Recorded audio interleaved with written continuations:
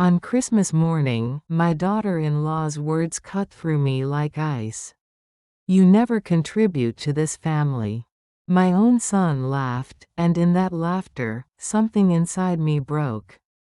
For 4 years, I had quietly paid their mortgage.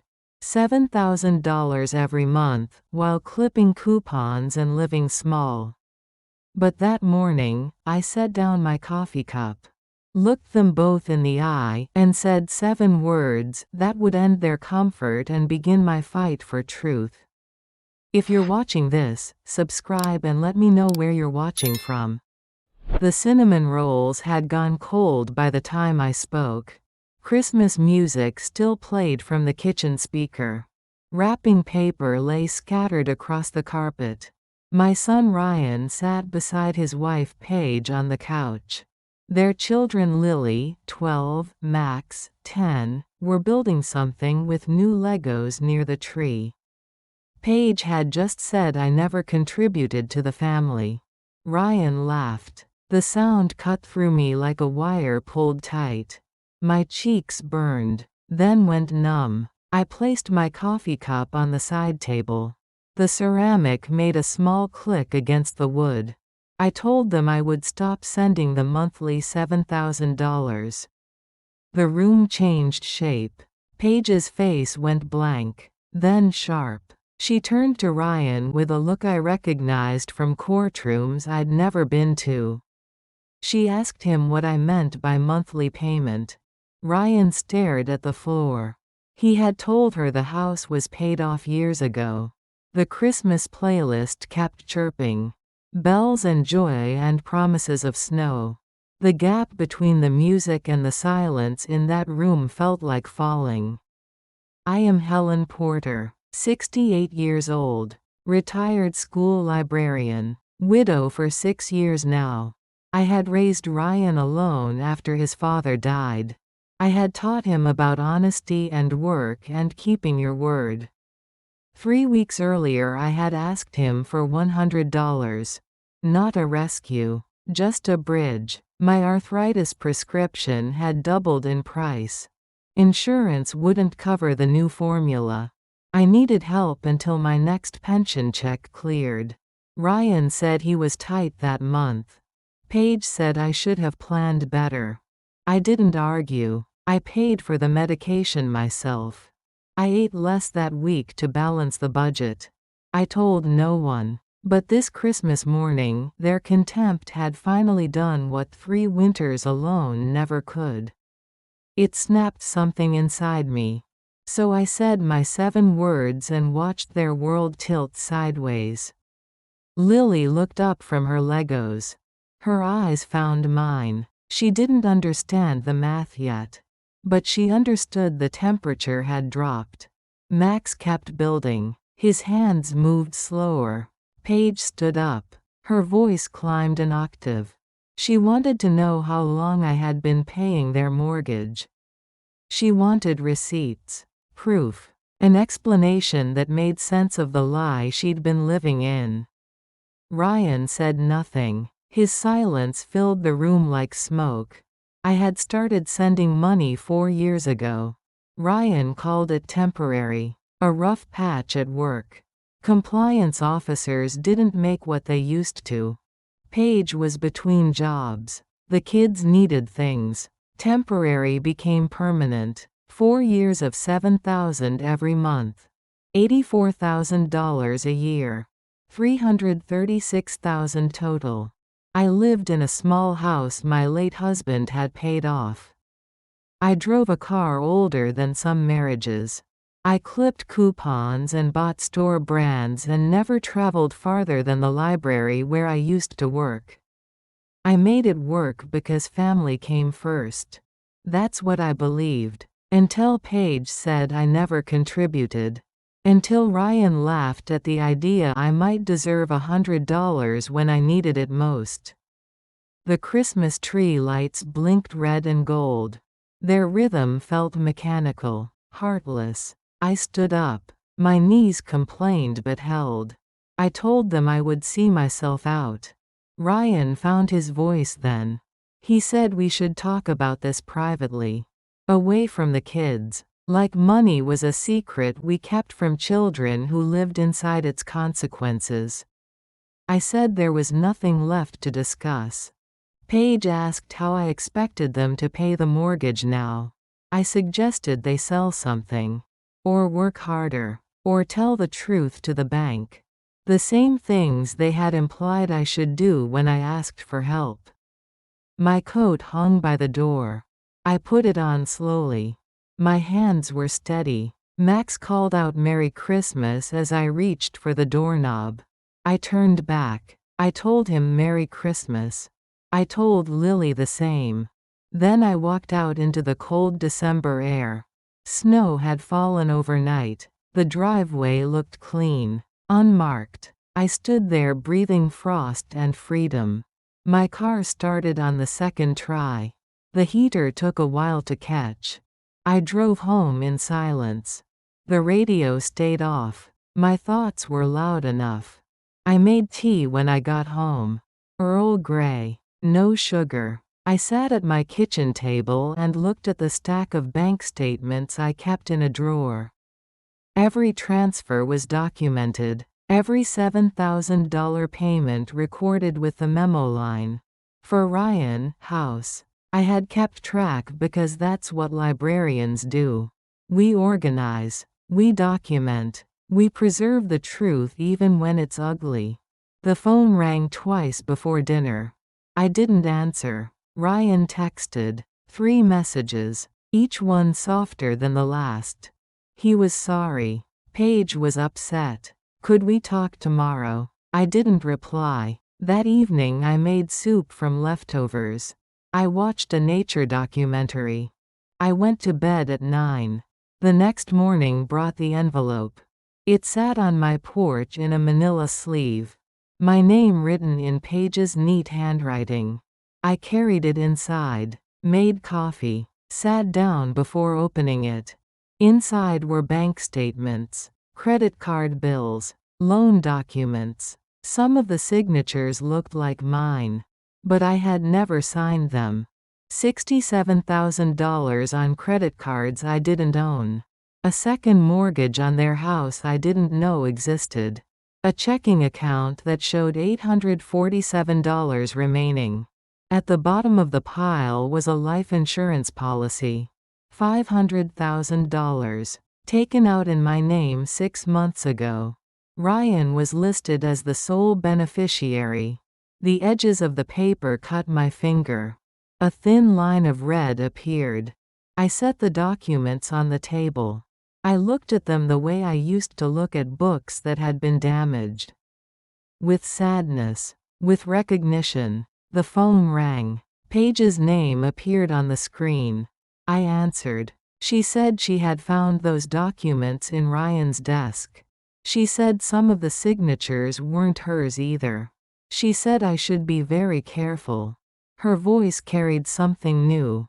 Something that felt like fear dressed up as concern. I thanked her. I hung up. Then I called the number on the card my friend Dorothy had given me 6 months ago. An elder law attorney. Someone who specialized in financial abuse. The receptionist said they could see me that afternoon. I said I would be there. If you're watching this, subscribe and let me know where you're watching from. The attorney's office smelled like old books and new carpet. Margaret Chen sat across from me in a chair that probably cost more than my car. She was 50-something. Sharp eyes. Steady hands. She listened without interrupting. I showed her the documents Paige had left. She went through them one by one. Her expression didn't change, but her pen moved faster. When she finished, she asked if Ryan had access to my personal information.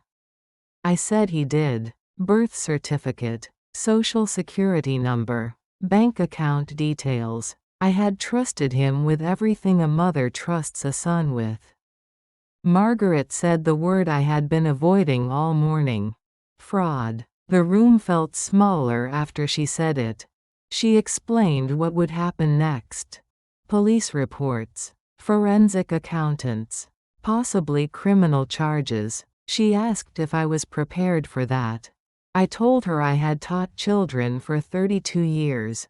I knew the difference between discipline and cruelty. This was discipline. She nodded. She made 3 phone calls before I left. By the time I reached my car, I had appointments with the bank's fraud department and the county sheriff's financial crimes unit.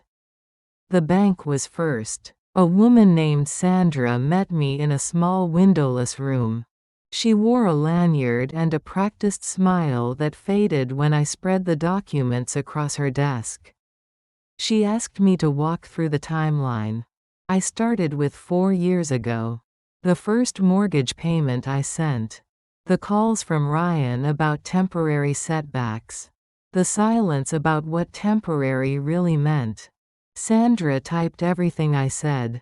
Her keyboard clicked like a clock counting down. She pulled up my account history. We went through it line by line. 73 transfers over 48 months. $7,000 each, all marked with the same memo. Then she showed me things I hadn't sent. Wire transfers I never authorized. 8 of them, $5,000 each, all sent to an account ending in 7312. The dates matched family dinners I remembered. Birthdays, holidays, times when I sat at Ryan's table and ate food bought with money stolen from my account. Sandra's voice went softer. She said she was sorry.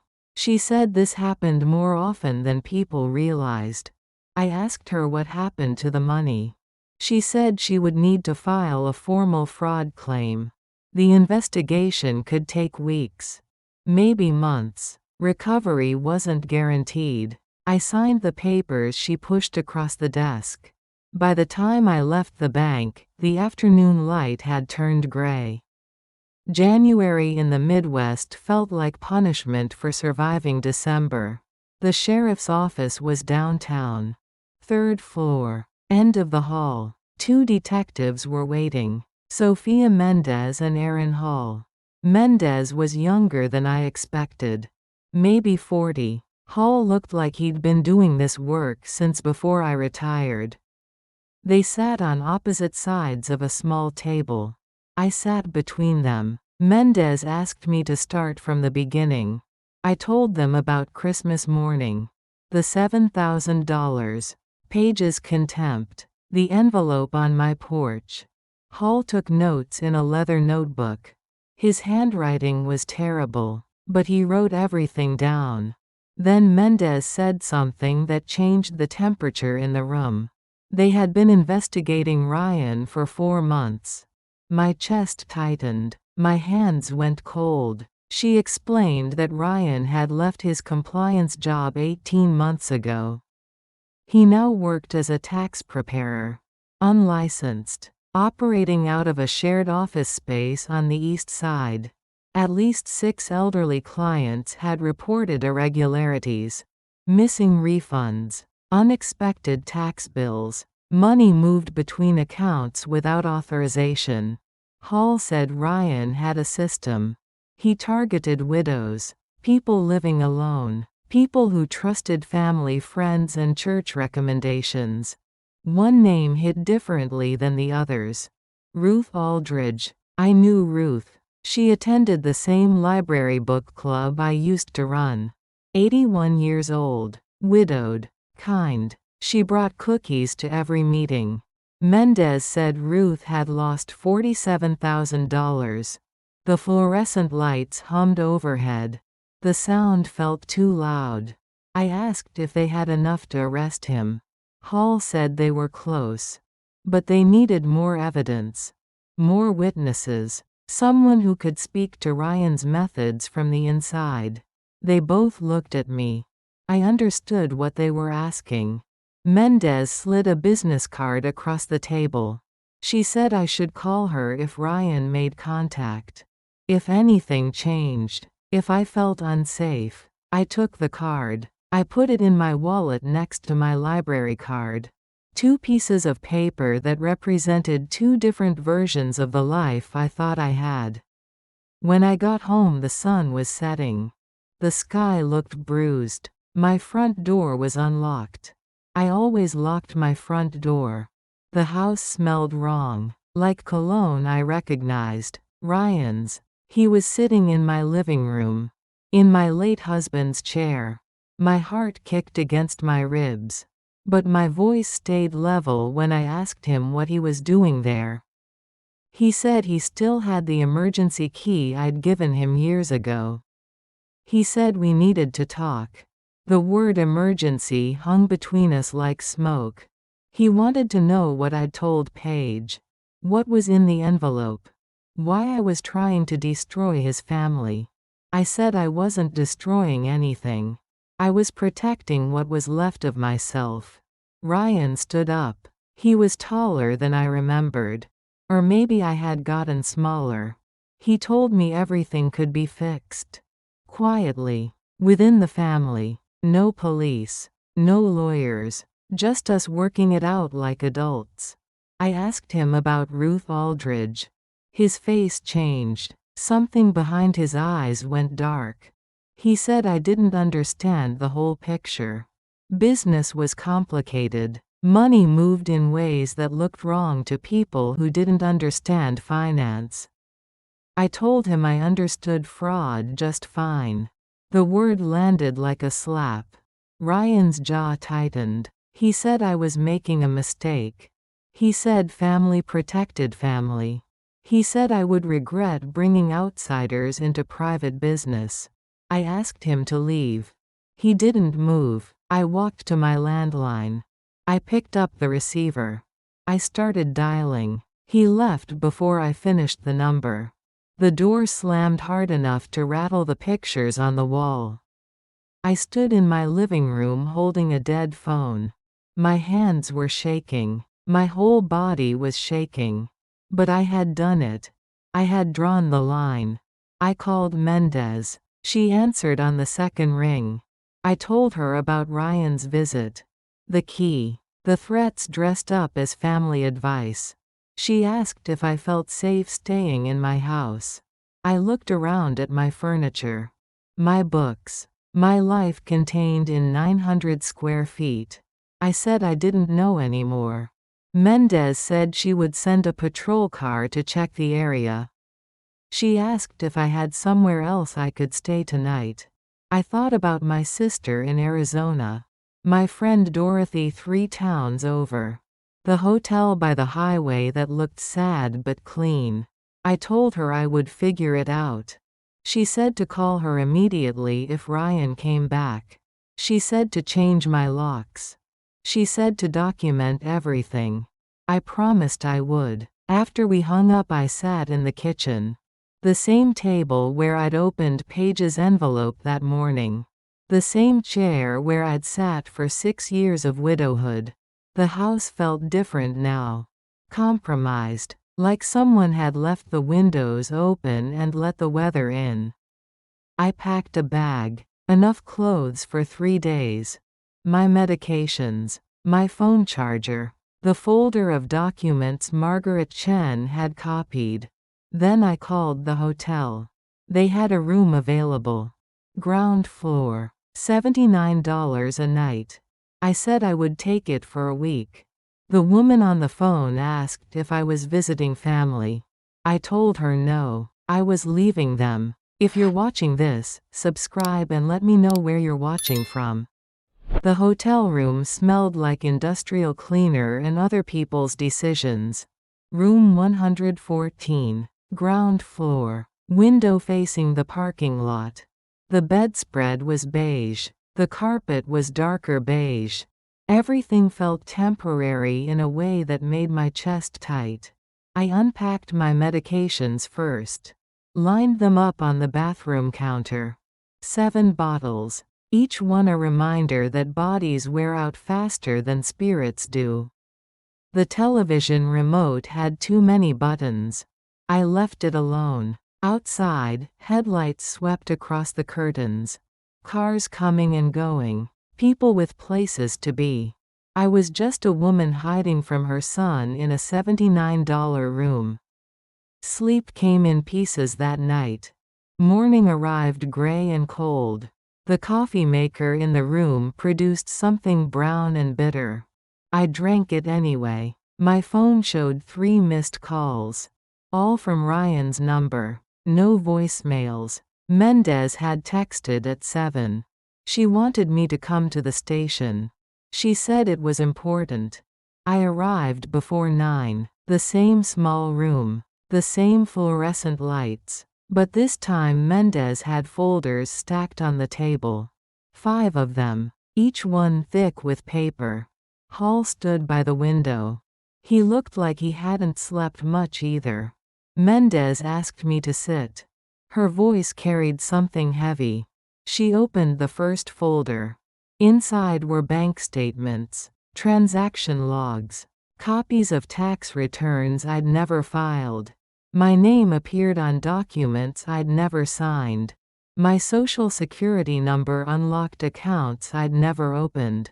My identity had been borrowed, spent, weaponized against people who trusted the wrong man. Hall said they had enough now. They were arresting Ryan today. The room tilted slightly. I gripped the edge of the table. Mendez explained the charges: elder fraud, identity theft, forgery, wire fraud. The list went on. Each crime carried years. Plural. She opened the second folder. Inside was a photo of Ruth Aldridge. Ruth at 81 looked smaller than I remembered. Frailer. The picture had been taken at the police station. Her statement ran 11 pages. Mendez said Ruth had trusted Ryan with her taxes for 2 years. He'd filed returns, promised refunds, set up new accounts to protect her savings from scammers. The accounts were real. The protection wasn't. Ruth's retirement money, $47,000, had moved through 3 banks in 2 states. It ended up in the Cayman Islands. An account ending in 7312. Hall said 4 other victims had similar stories. Same pattern. Same account number. Same lies dressed up as financial advice. The third folder held my own stolen funds. $40,000 taken through wire transfers I never authorized. The dates formed a timeline of family gatherings where Ryan had smiled and served me dinner. My coffee from that morning turned sour in my stomach. Mendez asked if I would testify. When the case went to trial. When Ryan's lawyer tried to paint him as a desperate father instead of a predator. I said yes without hesitation. Hall nodded. Something like respect crossed his face. Then Mendez opened the 4th folder. The one I wasn't expecting. Inside were documents with Paige's signature. Real ones. Not forged. Emails she'd sent to Ryan. Spreadsheets she'd created. A list of names under the heading soft targets. My name was 3rd from the top. The words on the page swam. Reformed. Sharpened. Mendez explained that Paige hadn't just discovered Ryan's crimes. She'd joined them 6 months ago. Maybe longer. The emails laid it out. Which widows attended which churches. Who lived alone. Who had spoken about inheritance money or life insurance payouts. Paige had done the reconnaissance. Ryan had done the theft. Hall said they were arresting her too. Today. Same time as Ryan. I asked about the children. About Lily and Max. Mendez said Paige's parents lived 2 hours away. They'd been contacted. They were coming to get the kids. The fluorescent lights hummed. Outside the window, the city moved forward. People who hadn't been betrayed by their families went about their mornings. I asked when the arrests would happen. Hall checked his watch. He said the teams were moving now. Mendez asked if I needed anything. Water. Time. A victim advocate. I told her I needed to call Ruth Aldridge. She slid her desk phone across the table. Ruth answered on the 4th ring. Her voice sounded thin, stretched. I told her who I was. That I'd heard what happened. That I was sorry. Ruth was quiet for a moment. Then she said she'd been embarrassed. That she hadn't told anyone outside the police. That she felt foolish for trusting him. I said trust wasn't foolishness. Betrayal was a choice Ryan made. Not a mistake we caused. Ruth's breath caught. She asked if I was one of his victims too. I said I was his mother. And yes. Both things were true. We stayed on the phone for 20 minutes. Two women who'd lost money and safety and the ability to believe family meant protection. Before we hung up, Ruth asked if I would meet her sometime. For coffee maybe. Or tea. I said I would like that. When I gave the phone back to Mendez, something had shifted. The case felt less like paperwork and more like a promise I intended to keep. Mendez's phone buzzed. She read the message, looked at Hall, nodded. Ryan had been arrested at an underground poker game on the South Side. Illegal gambling. He'd been trying to bet with money he didn't have. Desperation had made him visible. Hall said sometimes criminals solved their own cases by being stupid. Paige had been picked up at the house. The kids were with a social worker. The grandparents were 30 minutes out. I asked if I could go back to my house now. Mendez said they'd have a unit patrol the area. But yes, Ryan was in custody. He wouldn't be making bail today. The drive home felt longer than it should have. My street looked the same. Same mailboxes. Same winter bare trees. But the house felt different when I unlocked the door. Smaller. Safer. Mine again. I changed the locks that afternoon. A locksmith charged me $160. He showed me how the new deadbolt worked. How the key only went one direction. I made him install a chain lock too. When he left, I sat in my living room. In my chair. Not my late husband's. Mine. The evening news showed Ryan being led out of a building in handcuffs. His face looked wrong. Unshaven. Angry. The man I'd raised had disappeared. Or maybe he'd never been there. I turned off the television. My phone rang. Dorothy's name appeared. She'd seen the news. She wanted to know if I was okay. I told her I was at home. I was safe. I was tired in a way sleep wouldn't fix. Dorothy said she was coming over. She'd bring soup. She'd bring wine. She wouldn't stay long, but I wasn't spending tonight alone. I didn't argue. She arrived an hour later. Chicken noodle soup from the diner we both loved. A bottle of red wine with a screw cap. 2 plastic containers of cookies from the bakery on Main Street. We ate at my kitchen table. The same table where I'd opened Paige's envelope 3 days ago. Dorothy asked what happened next. I told her about the trial. The testimony. The restitution that might never come. She asked what I needed. I said I needed to help Ruth. And the others. I needed to make sure this didn't happen to someone else's mother. Dorothy raised her wine glass. She said that sounded like the Helen she knew. We drank to that. To women who survived. To lines drawn in permanent ink. After Dorothy left, I washed the dishes.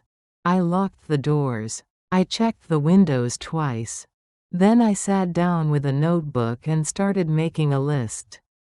Names of people I could call.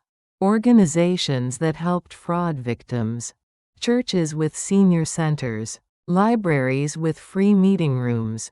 If Ryan had taken my piece, I would build something he couldn't touch. The pen moved across paper. Each word felt like reclaiming space. Outside, the night was cold and clear. Stars appeared between clouds. I wrote until my hand cramped. Until the list covered 3 pages. Then I went to bed in my own house. Behind new locks. With a chain that only I could open. Sleep came easier than I expected. If you're watching this, subscribe and let me know where you're watching from. The call came at 6 in the morning. 4 days after Ryan's arrest. Detective Mendez. Her voice carried an edge I hadn't heard before. She needed me to come to the station. Now, something had developed overnight. The roads were empty. Dawn hadn't broken yet. Streetlights painted everything yellow and strange. Mendez met me at the entrance. No small talk. No coffee offer. Just a gesture toward the elevator. We went to the 3rd floor. A different room this time. Bigger. A conference table. Hall was already there. So was Margaret Chen, my attorney. That's when my stomach dropped. Mendez opened a laptop. She turned it so I could see the screen. Security footage. Timestamp from 2 months ago. A coffee shop I recognized. The one near the library where I used to work. The video showed Paige sitting across from an elderly woman. Papers spread between them. Paige's smile looked helpful. Concerned. The woman signed something. Hall said the woman was Mrs. Patterson. 74. Widowed. She'd lost $32,000 to a fake investment account. The next video showed Paige with a different person. Different coffee shop. Same routine. Same helpful smile. Mendez explained that Paige hadn't just helped Ryan. She'd been running her own operation. Smaller. More personal. Face to face instead of through tax documents. Margaret asked if they had found evidence of coordination. Hall opened a folder. Inside were text messages. Hundreds of them. Between Paige and Ryan. Going back 8 months. The messages laid out a strategy. Paige would identify targets.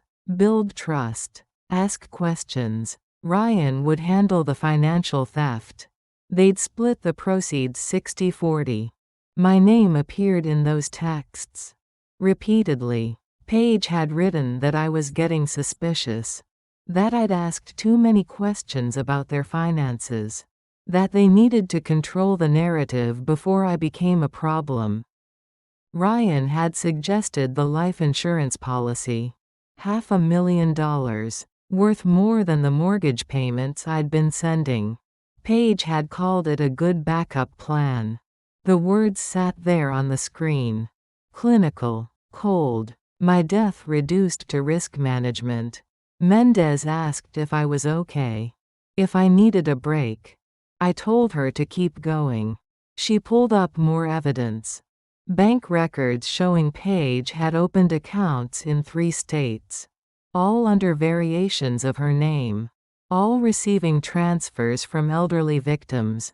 The Cayman account ending in 7312 belonged to her. Not Ryan. Hall said Ryan was a forger and a thief. But Paige was the architect. Margaret asked what this meant for the case. Mendez said the charges against Paige were expanding.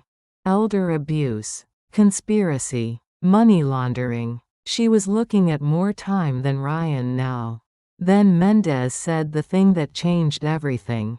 Paige had reached out. Through her lawyer. She wanted to make a deal. She would testify against Ryan. Provide documentation of his other crimes. Help recover funds. In exchange for reduced charges. Hall said the DA was considering it. Cooperating defendants got lighter sentences. That was how the system worked. I felt something crack inside my chest. Margaret asked what Paige was offering that they didn't already have. Mendez said Paige claimed Ryan had worked with someone else. Someone who'd funded his bail. Someone who'd been laundering money through Ryan's operation. A name I didn't know. Marco DeLuca. Hall explained that DeLuca was a person of interest in several financial crimes. But they'd never been able to build a case. He stayed careful, distant, used people like Ryan as buffers. If Paige could connect DeLuca to the money trail, it would be significant. Margaret asked what I thought. If I could accept Paige getting less time in exchange for information. The fluorescent lights buzzed overhead. Outside, the sun was finally rising. Light crept across the window blinds. I thought about Lily and Max. About Christmas morning. About the life insurance policy that measured my worth at $500,000. I asked Mendez what would happen if Paige didn't cooperate. She said both of them would face maximum sentences. But DeLuca would walk, and other families would lose their money to whoever he found next.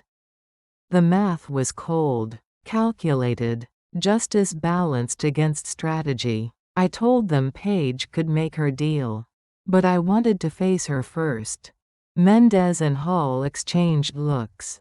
Margaret started to object. I said I needed to see her eyes when she explained how she'd planned to profit from my death. Hall said that wasn't standard procedure. That victim-offender contact was complicated.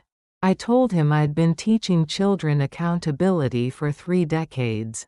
This was just a different classroom. Margaret said she'd need to be present. That anything said could affect the case. Mendez made a call, spoke quietly, hung up. She said Paige's lawyer had agreed. Supervised meeting. Tomorrow morning. 30 minutes maximum. I nodded. My hands were steady. My voice was calm. But something inside me had turned to iron. That night I couldn't eat. Dorothy brought dinner. I thanked her. I wrapped it up for later. The television played news I didn't absorb. The clock moved forward. Time felt like something happening to someone else. I went to bed early. Sleep didn't come. At 3 in the morning I got up. Made tea. Sat at the kitchen table with my notebook. I wrote down every question I wanted to ask Paige. Every moment that hadn't made sense. Every time her concern had felt rehearsed. The list filled 2 pages. Dawn came slowly. Gray light through gray curtains. I dressed carefully. Pressed slacks. A cardigan my late husband had bought me. Comfortable shoes. Armor disguised as ordinary clothes. Margaret picked me up at 8. She reminded me to stay calm. To let her interrupt if things got heated. I told her I understood. The meeting room was small. Cinder block walls. A metal table. Chairs bolted to the floor. Paige sat on one side. Her lawyer beside her. She wore an orange jumpsuit. No makeup. Hair pulled back. She looked younger. And harder. Mendez and Margaret sat with me. Hall stood by the door. Paige's lawyer started with ground rules. No recording. No physical contact. All questions through counsel. I said I wanted to ask Paige directly. Face to face. Margaret nodded permission. I looked at Paige. At the woman who'd married my son. Who'd called me family. Who'd calculated the value of my death. I asked her when she stopped seeing me as a person. Paige's lawyer leaned forward. Started to object. Paige put a hand on his arm. Stopped him. She said it wasn't personal. It was survival. Ryan had debts. Gambling debts. Debts to people who didn't negotiate payment plans. She said they were drowning. The mortgage payments I sent weren't enough. They needed more. Faster. I asked about the life insurance policy. Paige looked at the table. Her voice dropped. She said Ryan had suggested it. As insurance. As a way out if everything else failed. I asked if she understood what that meant. What as a way out actually meant. The room went quiet. The air conditioning hummed. Somewhere down the hall, a door slammed. Paige said they never would have done it. It was just a backup plan. Just in case. I asked her about Mrs. Patterson, about the coffee shop meetings, about the fake investment accounts. Paige's face changed. Something defensive. Something caught. She said those women were lonely. They wanted help. She'd just been connecting them with opportunities. I told her the word for that was fraud. Not opportunity. Fraud. Paige's lawyer tried to intervene. Margaret told him to let it play out. I asked Paige about the Cayman account. About the $247,000. She said most of that was Ryan's. That she'd just been holding it. That the account was in her name for tax purposes.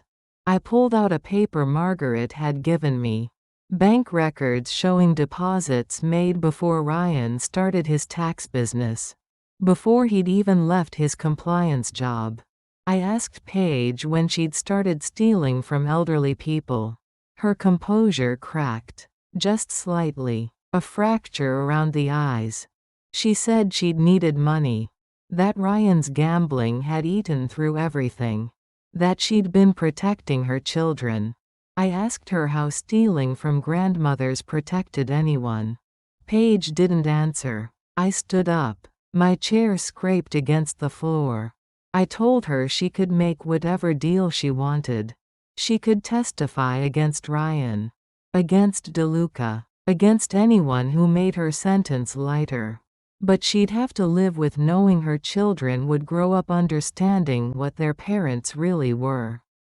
Paige's face went white, then red. She started to speak. I told Margaret the first was done. I walked to the door. Hall opened it. I stepped into the hallway. Behind me, Paige said my name. Once. Broken. I didn't turn around. If you're watching this, subscribe and let me know where you're watching from. 3 days after I walked out of that room, Ryan made bail. The call came from Mendez at noon. Her voice was tight. Controlled anger wrapped in professional courtesy. Someone had posted $250,000. Cash bond. Delivered by a lawyer I'd never heard of. The name Marco DeLuca meant nothing to me then. It would mean everything soon. Mendez said Ryan was out under strict conditions. GPS monitor. No contact with victims. No travel beyond the county. She asked if I felt safe. I looked around my living room. New locks. Chain on the door. Pepper spray Dorothy had insisted I keep in my purse. I told her I felt as safe as the circumstances allowed. She said to call immediately if Ryan approached me. That violating bail conditions would send him straight back to custody. After we hung up, the house felt different. Smaller. The windows seemed larger. More exposed. I checked each lock twice. Drew the curtains. Sat down with cold coffee I couldn't finish. The phone rang an hour later. Unknown number. I answered out of habit. Before fear could stop me. Ryan's voice came through thin and desperate. He said we needed to talk. Alone. Just the two of us. I asked him how he got this number. I'd changed it the week before. He ignored the question. Said there were things I didn't understand. Things Paige had lied about. Things he needed to explain. I told him he was violating bail conditions just by calling me. He said he'd lose everything if I testified. The kids. His freedom. His life. I asked him what he thought Ruth Aldridge had lost. What Mrs. Patterson had lost. Ryan's breathing got faster. Louder. He said those situations were different. Complicated. That I was seeing everything through Paige's distortions. I told him Paige's lawyer was helping prosecutors build the case. That his ex-wife was saving herself by burying him deeper. The line went quiet. Static and distance. Then Ryan said something that made my blood stop. He said Paige wouldn't be testifying against anyone. That she'd changed her mind. That she understood family loyalty now. I asked him what that meant. Ryan said we should meet. Face to face. Tomorrow night. The parking garage behind the old Riverside Mall. I asked why there. Why not somewhere public? Somewhere safe. He said he couldn't risk being seen. That DeLuca's people were watching him. That if they knew he was talking to family, things would get complicated. The name DeLuca again. Like a shadow with weight. I told Ryan I would think about it. He said 9 o'clock. Level 3. Northeast corner. Come alone or he'd know. The call ended before I could respond. My hands shook as I set the phone down. The room felt too warm. Too small. I called Mendez immediately. She answered fast. Asked if I was safe. If Ryan had made contact. I told her about the call. The parking garage. The threat wrapped up as a meeting request. Mendez put me on speaker. Hall's voice joined hers. He asked if Ryan had mentioned Paige specifically. Exactly what he'd said. I repeated it word for word.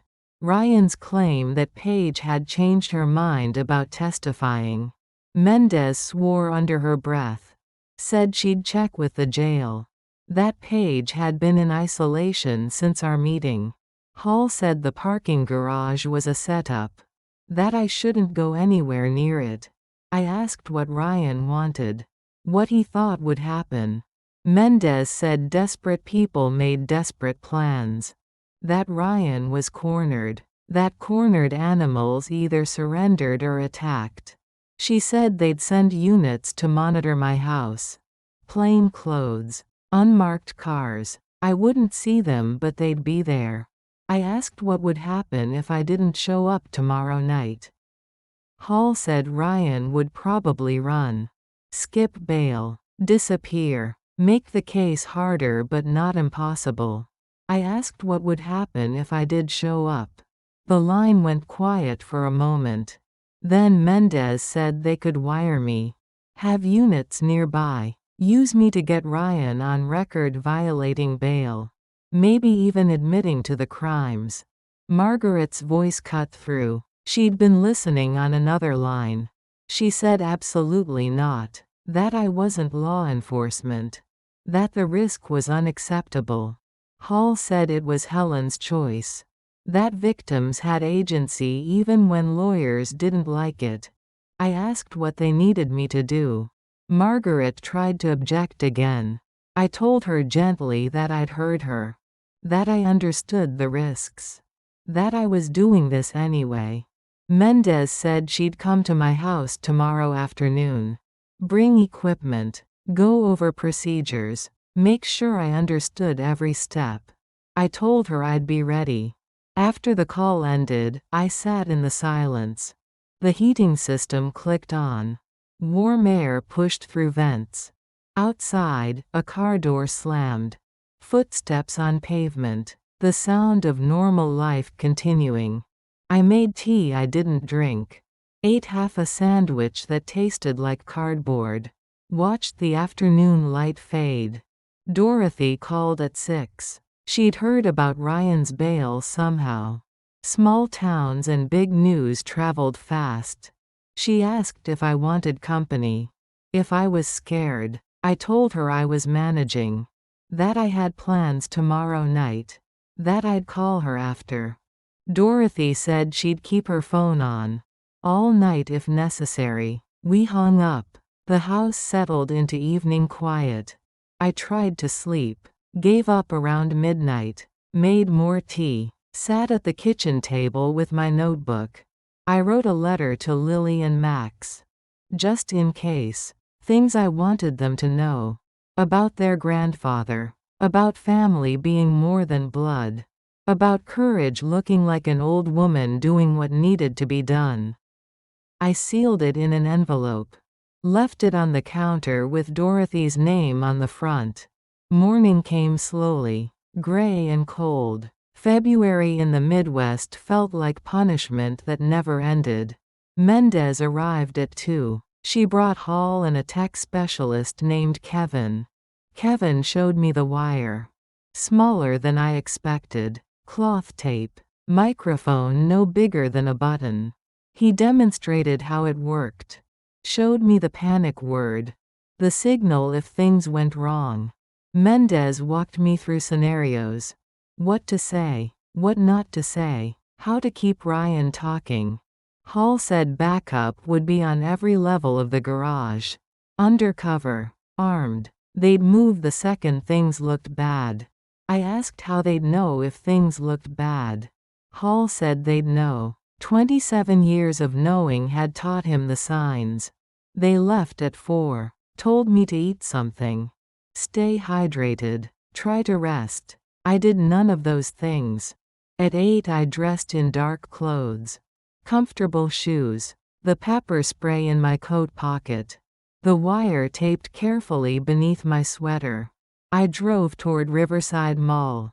The garage rose out of the darkness like a concrete mountain. Most of the mall had closed years ago. The parking structure remained empty, echoing. I took the ramp to level 3. My headlights swept across vacant spaces. Oil stains. Shopping carts no one had collected.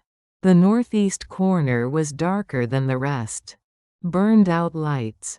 Deep shadows. I parked where I could see the exits.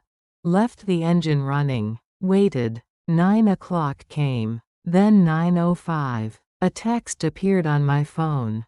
Ryan's number. New instructions. Level 4 instead. Southwest corner. Come now. My chest tightened. This wasn't the plan. Mendez would be repositioning units. Scrambling. I texted back asking why the change. Ryan replied with a photo. Paige. Bound. Gagged. Sitting in what looked like a warehouse. The message said to come alone. Now. Or he'd make sure Paige never testified. My hands went cold. My breath came short. I knew Paige had betrayed me. Had planned my death. Had stolen from people who trusted her. But seeing her like that terrified, helpless changed something. I put the car in gear. Headed for the ramp to level 4. Behind me, headlights flashed twice. The signal from Mendez's team. They were moving. Following. Adapting. Level 4 was darker. Quieter. The wind cut through gaps in the concrete. I parked where Ryan's text directed. Turned off the engine. Got out slowly. Footsteps echoed behind me. I turned. Ryan stepped from behind a pillar. He looked wrong. Unshaven. Wild-eyed. Thinner than a week ago. A pistol trembled in his right hand. He told me to put my phone on the ground. To kick it away. I did. The phone skittered across concrete. Stopped at a storm drain. Ryan said Paige had tried to run. To cut a deal without him. That DeLuca's people had grabbed her. I asked where she was. If she was hurt. Ryan laughed. The sound bounced off concrete. Hollow and broken. He said Paige was exactly where I'd be if I testified. If I didn't sign a statement saying everything was a misunderstanding. Family business. No crime committed. I told him the photo he'd sent was fake. Ryan's face changed. Confusion. Anger. I said I recognized the warehouse door. From a college play Paige had been in. That the makeup was stage makeup. That the rope was borrowed from a theater department. Mendez had found the original photo. Sent it to my phone. Insurance against exactly this manipulation. Ryan stared at me. The gun shook harder. I asked him when he'd last slept. Last eaten. Last thought clearly. He didn't answer. His eyes looked past me. Through me. I said he needed help I couldn't give him. That the gambling. The theft. The desperation. They'd turned him into someone I didn't recognize. The gun lowered. Just slightly. I told him his children deserved better. that Lily and Max needed him to surrender, to accept consequences. To show them accountability looked like stopping. The pistol clattered to the concrete. The sound rang out like a period at the end. Ryan's knees buckled. He sagged against the pillar. Behind me, footsteps. Fast. Professional. Officers emerged from the darkness. Commands. Hands raised. Down on the ground. Ryan didn't fight. He just folded, like all the air had left him. Mendez reached me first. Asked if I was hurt. If Ryan had touched me. I said I was fine. Shaking but fine. Hall secured the weapon. Read Ryan his rights. The words sounded rehearsed. Mechanical. Justice reduced to procedure. They led Ryan away in handcuffs. His GPS monitor blinked red in the darkness. Kevin removed my wire. His hands were gentle. Professional sympathy. Mendez drove me home. Didn't speak until we reached my driveway. She said I'd been brave. Reckless. Effective. I told her I'd just been a mother one last time. If you're watching this, subscribe and let me know where you're watching from. The trial began on a Tuesday in late April. 6 months had passed since the parking garage. 6 months of depositions and sleepless nights that turned into functional mornings. The courthouse was downtown, limestone and glass, built in the 70s when concrete meant progress. Ruth Aldridge sat in the second row. She'd driven 2 hours to be there. Pearls and a lavender cardigan. Her hands shook slightly when she waved. I sat beside her. Our shoulders touched. 2 women who'd survived the same betrayal. Ryan entered through a side door. Orange jumpsuit. Shackles. 6 months in jail had made him thinner. His eyes found mine for just a moment. I didn't look away. Paige came next. Same orange uniform. Different door. Her lawyer walked close beside her. Protective. She'd taken the deal. Testimony against Ryan in exchange for 4 years instead of 12. The judge entered. Everyone stood. The bailiff announced the charges. Elder fraud. Identity theft. Wire fraud. Conspiracy. The list took 30 seconds to read. Ryan pled not guilty. His lawyer wore a silk tie. Perfect haircut. Paid for by someone who wanted Ryan quiet. The prosecution's opening laid out the timeline. Names.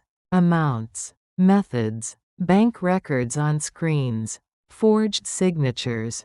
Faces of victims who trusted the wrong person. Ruth's photo appeared. $47,000. Her entire retirement savings. She gripped my hand. Her palm was cold. Mrs. Patterson came next. $32,000. Then Mr. Chen. $28,000. The numbers climbed to $293,000. Ryan's lawyer stood for his opening. He painted a desperate father. Gambling addiction. A manipulative wife. Poor choices instead of criminal intent. The word victim appeared 6 times. Ryan as victim. Ryan deserving sympathy. Ruth stiffened beside me. Her breathing went shallow. The first witness was a forensic accountant. Charts. Spreadsheets. Money trails crossing state lines. She explained the Cayman account. How funds moved through 3 banks. How timing matched tax deadlines. Ryan's lawyer objected 14 times. The judge overruled 13. Lunch came at noon. Ruth and I ate cafeteria sandwiches. Turkey on wheat. Bland cookies. She asked if seeing Ryan was hard. I told her the hard part was the 6 months before. The wondering if I'd failed as a mother. Ruth said mothers weren't responsible for their children's crimes. I wanted to believe her. The afternoon brought Paige to the stand. She'd lost weight. Her face looked sharper. The oath she swore sounded rehearsed. The prosecutor walked her through the timeline. When she'd learned about Ryan's scheme. When she'd joined instead of reporting. Paige described the system. Coffee shop meetings. Fake investments. Signatures she'd witnessed knowing they were coerced. The prosecutor asked about the life insurance policy on me. Paige said Ryan had suggested it. That she'd found a company not requiring medical exams. She said they'd never planned to actually harm me. Just financial insurance. A backup plan. The prosecutor asked what backup plan meant.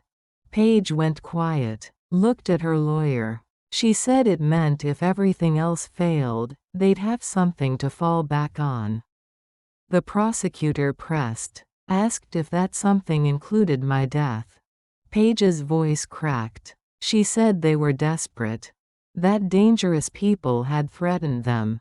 Ryan's lawyer objected. Hearsay. The judge sustained it. But the jury had heard. Backup plan. My death. Desperate measures. Cross-examination was brutal. Ryan's lawyer attacked Paige's credibility. Her deal with prosecutors. Her reduced sentence. He suggested she'd acted alone. That blaming her husband saved her skin. Paige denied it. Her voice wavered. The judge called recess at 4. Margaret walked me to my car. She said day 1 went well. That I would testify Thursday. That night my phone rang at 11. Lily's voice came through small and scared. She'd watched the news. Seen her parents in handcuffs. Heard words like fraud and conspiracy. She asked if her dad was a bad person. I chose words carefully. Told her people made bad choices. That choices had consequences. Lily asked if I hated them. I said hate was exhausting. That I wanted justice and safety. She asked if she could visit when the trial ended. My throat tightened. Tears came. I told her yes. That she and Max were always welcome. That their parents' crimes weren't theirs. Lily said she loved me. The words sounded fragile. I said I loved her too. That nothing would change that. After we hung up I cried. Real tears. The kind that emptied something heavy. Day 2 brought more witnesses. Bank employees. Computer experts. Each one building the case higher. Ryan's lawyer chipped at edges. But the evidence was a mountain. Day 3 brought victim testimony. Mrs. Patterson. Mr. Chen. Each told their story. Trust broken. Savings gone. Ruth testified in the afternoon. Same lavender cardigan. Steady voice. She described meeting Ryan at church. How he'd offered tax help. How she'd trusted him because I'd raised him.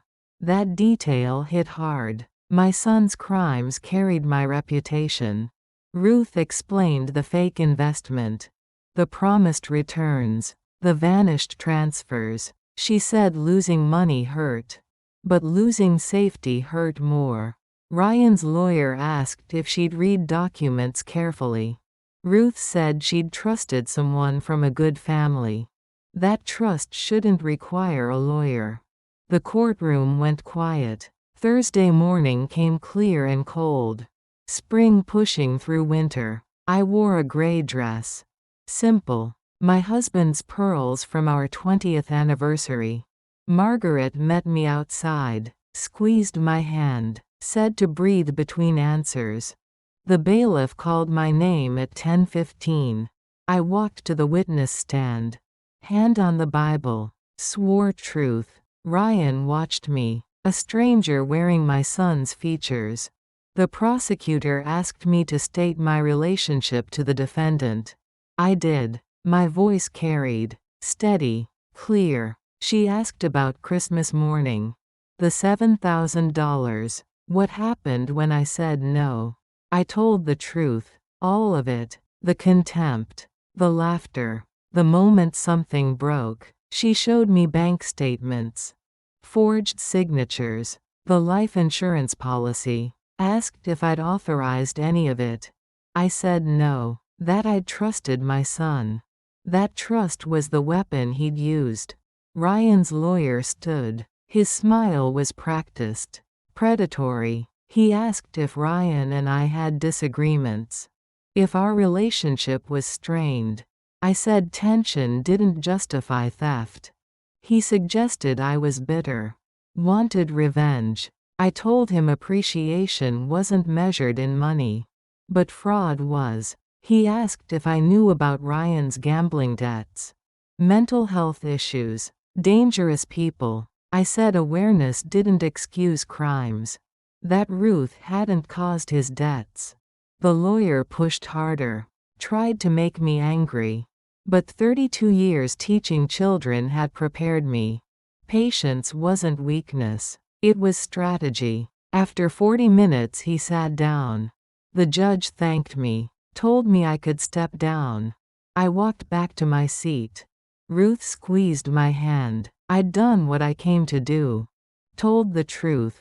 Stood the line. The rest would be decided by 12 strangers. But I'd reclaimed something Ryan couldn't touch. My voice. My dignity. My right to say no. If you're watching this, subscribe and let me know where you're watching from. The jury deliberated for 2 days. 48 hours that stretched like months. I stayed home, cleaned rooms that were already clean, reorganized drawers that didn't need organizing. Margaret called each evening with updates that weren't really updates. The jury was still out. They'd requested evidence review. They'd sent notes to the judge.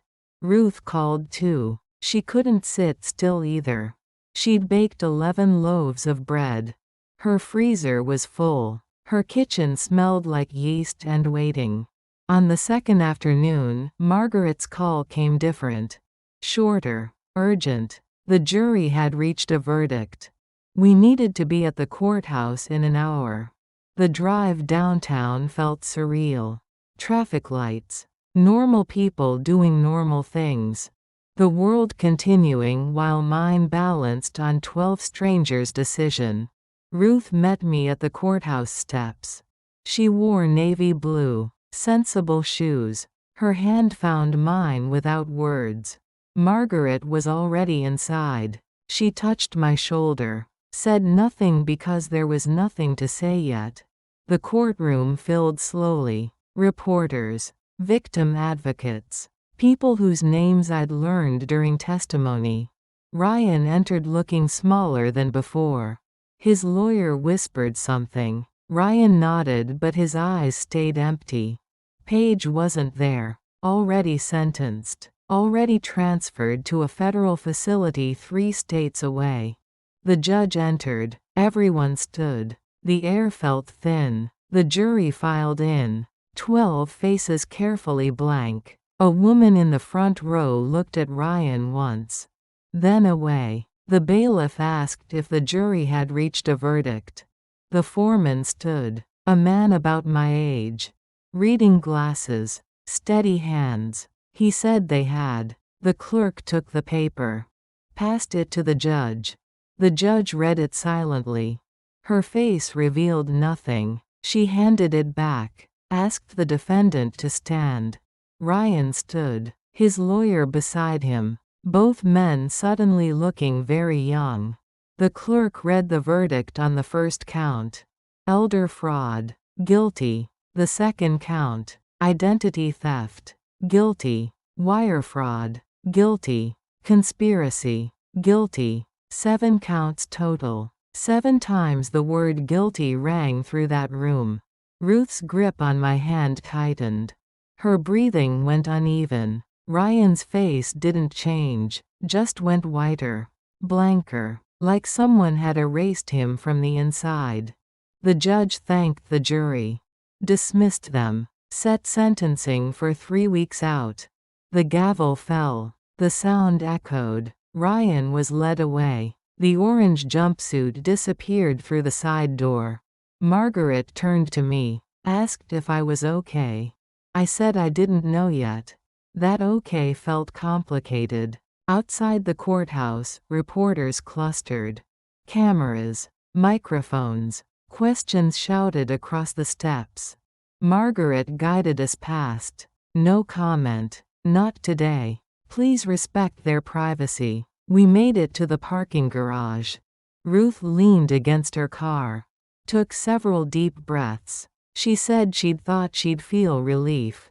Or satisfaction. Or something clean. I told her justice was messy. That right answers still hurt. We stood there in the concrete dimness. Two old women who'd won and lost simultaneously. Ruth asked if I would come to sentencing. 3 weeks from now. I said yes. That we'd started this together. We'd finish it together. She drove away. Taillights disappearing into afternoon traffic. Margaret walked me to my car. She said the prosecution would contact me about a victim impact statement. That I could speak at sentencing if I wanted. I asked what I would say. How you summarized this kind of betrayal in acceptable courtroom minutes. Margaret said I'd know when the time came. That truth had a way of finding its shape. The drive home felt longer than it should. Every light was red. Every mile stretched. My house appeared unchanged. Same porch. Same door. Same windows. But I'd left it this morning not knowing. Now I knew. Guilty. 7 times guilty. The word had weight. Inside, the silence was different. Not empty. Just quiet. The peaceful kind. I made tea. Sat at the kitchen table. Stared at nothing. The phone rang. Dorothy. She'd been following the news. Wanted to check on me. I told her about the verdict. About Ruth. About feeling strange instead of victorious. Dorothy said grief came in unexpected packages. That I was allowed to feel complicated about my son going to prison. After we hung up, I sat with that. Complicated. The right word for loving someone and holding them accountable simultaneously. Dinner was soup from the freezer. I ate mechanically. Tasted nothing. The evening news showed Ryan's conviction. Photos from the trial. Numbers scrolling. Victims listed by stolen amounts. My face appeared briefly. Leaving the courthouse. Looking older than I felt. Or maybe just tired. I turned off the television. Sat in the dark. Let the day settle. 3 weeks passed in strange rhythm. Fast and slow, alternating without pattern. I met with the victim advocate twice. She helped me write my impact statement. 4 pages that became 3. Then 2. Then 1 single page of what mattered. Ruth and I had coffee 3 times. We talked about other things. Recipes. Books. The weather turning toward summer. We were learning to be people who weren't only defined by what had been done to us. Margaret called the day before sentencing. Reminded me to bring my statement. To speak clearly. To remember I was strong. I told her I'd been strong for 70 years. Tomorrow would just be another day of it. Sentencing day arrived warm and bright. May in full bloom. Flowers opening. Life insisting on continuing. The same courtroom. The same wooden benches. Different energy. Ryan entered looking thinner still. Jail food and consequences wearing him down. His lawyer requested leniency. Spoke about Ryan's remorse. His cooperation. His young children who needed their father. The judge listened without expression. The prosecutor spoke next. About the victims. The systematic abuse of trust. The targeting of vulnerable elders. She recommended 7 years on each count. Running consecutively. Ryan's lawyer paled. That was 49 years. A life sentence in practical terms. Then the judge asked if any victims wished to speak. Ruth stood first. Walked to the lectern. Her statement was brief. Clear. Devastating. She said Ryan had stolen more than money. He'd stolen her sense of safety, her ability to trust, her peace. She said she hoped prison taught him what she'd learned, that actions carried permanent weight. Mrs. Patterson spoke next. Then Mr. Chen, each one adding their pain to the record. Then the judge looked at me, asked if I wished to address the court. I stood. My legs were steady. My hands didn't shake. I walked to the front, placed my single page on the lectern. I said my name, my relationship to the defendant, that I was his mother and his victim both. I said the money hurt. $40,000 was a year of careful budgeting. But the theft of family hurt more. I said Ryan had taught me that safety was something you built, not something others granted. I said justice should protect the vulnerable, prevent the next widow from losing her savings, create consequences that meant something. I said I loved my son, that loving him and holding him accountable weren't contradictions. Then I folded my paper, walked back to my seat. Ruth reached for my hand. The judge took 10 minutes, reviewed the evidence, considered the statements, noted Ryan's lack of genuine remorse. She sentenced him to 7 years federal prison. Consecutive counts reduced to run concurrently. 7 years total. Restitution to all victims. Supervised release afterward. Paige had received 4 years. She was already 8 months into her sentence. The gavel fell. Final. Irreversible. Ryan looked back once before the bailiff led him away. His eyes found mine. I didn't smile, didn't cry, just held his gaze. Let him see what 7 years looked like in a mother's face. Then he was gone. Outside, the sun was bright, almost offensive in its cheerfulness. Ruth and I stood on the courthouse steps, neither of us speaking. Finally she said it was over. I said this part was. That healing took longer than sentencing. She asked what I would do now, how I would spend my first day of after. I told her I had plans, that she was part of them. We went to lunch at a small cafe on Main Street, ordered sandwiches and iced tea, talked about starting something, a support group maybe, for fraud victims, people who needed to know they weren't alone, weren't foolish. Ruth said she knew a church with meeting space, free on Tuesday evenings. I said I knew a grant writer, someone who helped small nonprofits get started. By the time lunch ended, we had notes on napkins. A mission forming. We called it Second Chapter. Support and Education for Elder Fraud Survivors. Ruth said the name was perfect, that we were both on our second chapters now. I paid the check. We walked into the afternoon. 2 women reclaiming their lives one step at a time. 7 years wouldn't erase what Ryan had done, but it gave us time.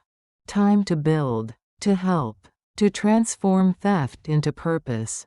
That night I slept deeply. Dreamless. The kind of sleep that comes after carrying something heavy for so long that setting it down feels like floating. Morning came with birdsong, coffee that tasted better than before, purpose waiting at my kitchen table. I had work to do, people to help, a second chapter to write. Ryan had taken my peace, but I'd built something he couldn't touch. Myself, reclaimed, rebuilt, ready. If you're watching this, subscribe and let me know where you're watching from. Spring turned to summer while I learned to breathe again. 3 months after sentencing, my porch smelled like cut grass and possibility. Coffee tasted better. Mornings arrived without dread. The house was mine, truly mine, paid off decades ago. No mortgage, no hidden liens, just 4 walls and a life I was rebuilding. Ruth called on a Tuesday morning in early August. Her voice carried excitement wrapped in careful optimism. The grant had come through. $15,000 for second chapter. Enough for supplies, meeting space, educational materials. We were officially real. I met her at the church that afternoon. Pastor Williams showed us the basement room. Folding chairs, tables, a coffee maker older than some marriages. Ruth said it was perfect. That broken people didn't need fancy spaces. Just safe ones. We set up for our first meeting. Name tags, resource packets, a sign-in sheet that felt both official and terrifying. The flyer had gone out 3 weeks earlier. Libraries, senior centers, doctors' offices, community boards, support group for elder fraud survivors. Tuesdays at 6. Free. Confidential. We'd hoped for maybe 5 people. Maybe 10 if we were lucky. 18 showed up that first night. They arrived tentatively, checking the room number twice. Sitting near exits. Guards up. An 83-year-old man who'd lost his wife's life insurance to a fake charity. A 71-year-old woman whose nephew had emptied her accounts. A retired teacher who'd trusted a financial advisor. Lost everything. Had to move in with her daughter. Each story was different. Each story was the same. Trust weaponized. Safety stolen. Shame carried alone. Ruth started the meeting. Introduced herself. Told her story briefly. $47,000 to my son, the tax preparer. Then she introduced me. Ryan's mother. Also his victim. Proof that fraud didn't discriminate. I told my abbreviated version. Christmas morning. $7,000. The envelope on my porch.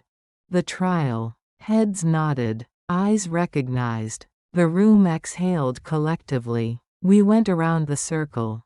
Names. Stories. How long since the theft? Whether they'd reported it. Most hadn't. Shame was louder than anger for so many.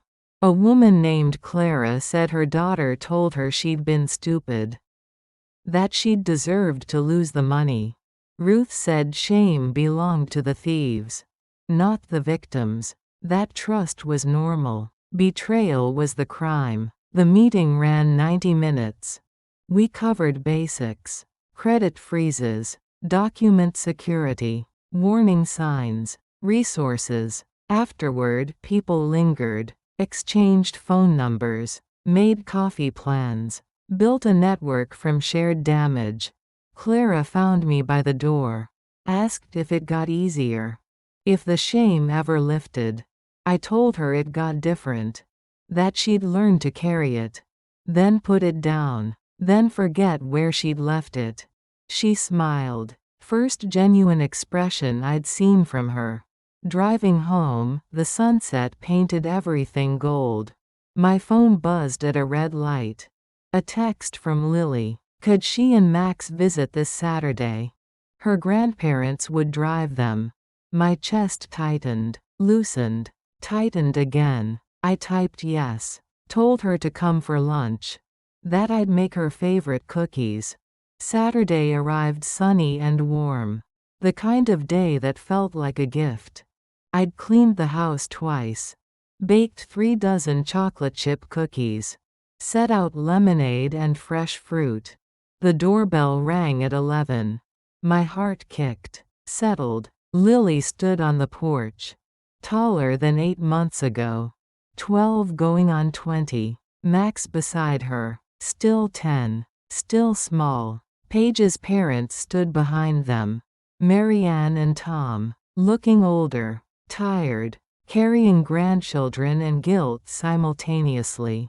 I invited them in. Offered coffee. They declined politely. Said they'd be back at 3. The door closed. Silence settled. Awkward and fragile. Lily looked around. At the house she'd visited for Christmases past. When everything was different. When her parents weren't in prison, Max asked if I had Legos. If he could build something. I showed him the box I'd bought last week. He settled on the living room floor. Building became his escape. Lily followed me to the kitchen. Watched me arrange cookies on a plate. Her silence felt heavy. I asked how school was. How her new room at her grandparents' house was. She answered in short sentences. Fine. Okay. It's different. Then she asked the real question. If I was mad at her parents. If I hated them. I set down the cookie plate. Turned to face her fully. I told her I was sad. Disappointed. Angry at choices they'd made. But hate required energy I needed elsewhere. Lily asked if I blamed her. If she reminded me of what they'd done. My throat tightened. I pulled out a chair. Sat across from her. I told her she carried her own life. Not theirs. That their crimes were their burden. Not hers to inherit. She said kids at school had seen the news. That they'd called her dad a criminal. Her mom a thief. I asked what she'd said back. She said she'd told them it was true. That lying made it worse. Pride hit unexpected. This child choosing honesty in a family built on fraud. I told her she was braver than most adults I knew. That truth was harder than silence. That she'd chosen harder. Lily's eyes filled. She didn't cry, just blinked fast. Breathed carefully. She asked if she could still love them. Her parents. Even though they'd hurt people. I told her love was complicated. That loving someone and holding them accountable weren't opposites. That she could do both. That I did both. We ate lunch at the kitchen table. Sandwiches. Chips. The cookies Lily loved. Max told me about a Lego city he was building. Elaborate. Detailed. A world where things made sense. Lily talked about school. Friends who'd stayed. Friends who'd left. Teachers who were kind. Teachers who weren't. Normal conversation. Ordinary moments. Life continuing despite everything. After lunch, Max returned to his Legos. Lily helped me wash dishes. She asked if I was lonely. Living alone in this house. I told her loneliness and solitude were different. That I'd learned to prefer my own company. But I also had Ruth. Dorothy. Tuesday meetings. People who understood. Lily said her grandparents were nice. But they were old. They didn't understand things. I smiled. Told her I was old too. That old didn't mean clueless. Usually. She laughed. First real laugh I'd heard from her. At 3, Marianne and Tom returned. I sent cookies home. Told them to visit again. Told Lily to call whenever she wanted. She hugged me at the door. Hard. Desperate. The kind of hug that said everything words couldn't. After they left, the house felt different. Not empty. Just quiet again. The peaceful kind. Max's half-built Lego structure sat on the coffee table. I left it there. Evidence of life continuing. That evening, Ruth called. Asked how the visit went. I told her about Lily's questions. Her honesty. Her choosing truth over comfort. Ruth said resilience looked like that. Like choosing harder, better things. Tuesday meetings continued through August. Then September. Our group grew to 23. Then 29. We added a second night. Ruth led one. I led the other. We were managing something bigger than either of us expected. October brought Detective Mendez to my door. She'd heard about second chapter. Wanted to refer victims from new cases. I told her to send them. That we had room. Resources. Understanding. She asked if I'd speak at a law enforcement conference. About victims' perspectives. What helped? What didn't? I said yes. That staying silent protected no one. November arrived with cold wind and shorter days. Thanksgiving loomed. Complicated. Dorothy invited me to her family dinner. I accepted. Grateful for people who chose me. Lily texted asking what I was doing for the holiday. I told her about Dorothy's invitation. She sent a heart emoji. Said she was glad I wasn't alone.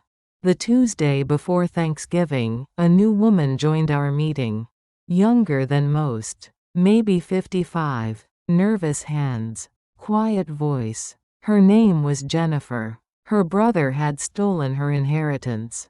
$73,000. Their mother's life insurance. She said she hadn't reported it. That family was family. That silence was easier. Ruth asked if easier was the same as better. Jennifer didn't answer right away. Then she shook her head. Said she was tired of easy. That easy had cost her everything.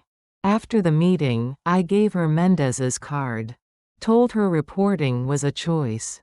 That justice was too. But silence only protected the guilty. Jennifer took the card. Put it in her wallet. Said she'd think about it.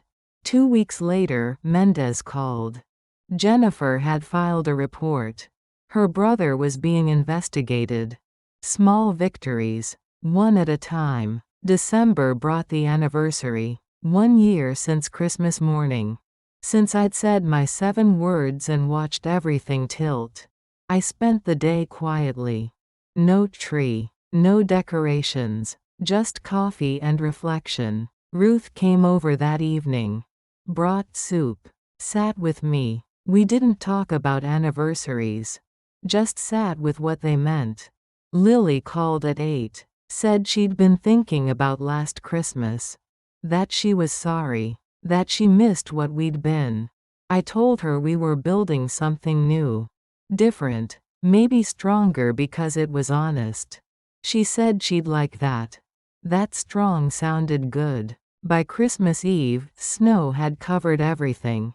Clean. White. Starting over written in weather. I made cookies. Boxed them up. Delivered them to Tuesday meeting members. Small gifts. Big meaning. Ruth and I spent Christmas together. 2 women who'd survived. Who'd rebuilt. Who'd chosen purpose over bitterness. We toasted with cheap wine. To second chapters. To survival. To drawing lines and keeping them straight.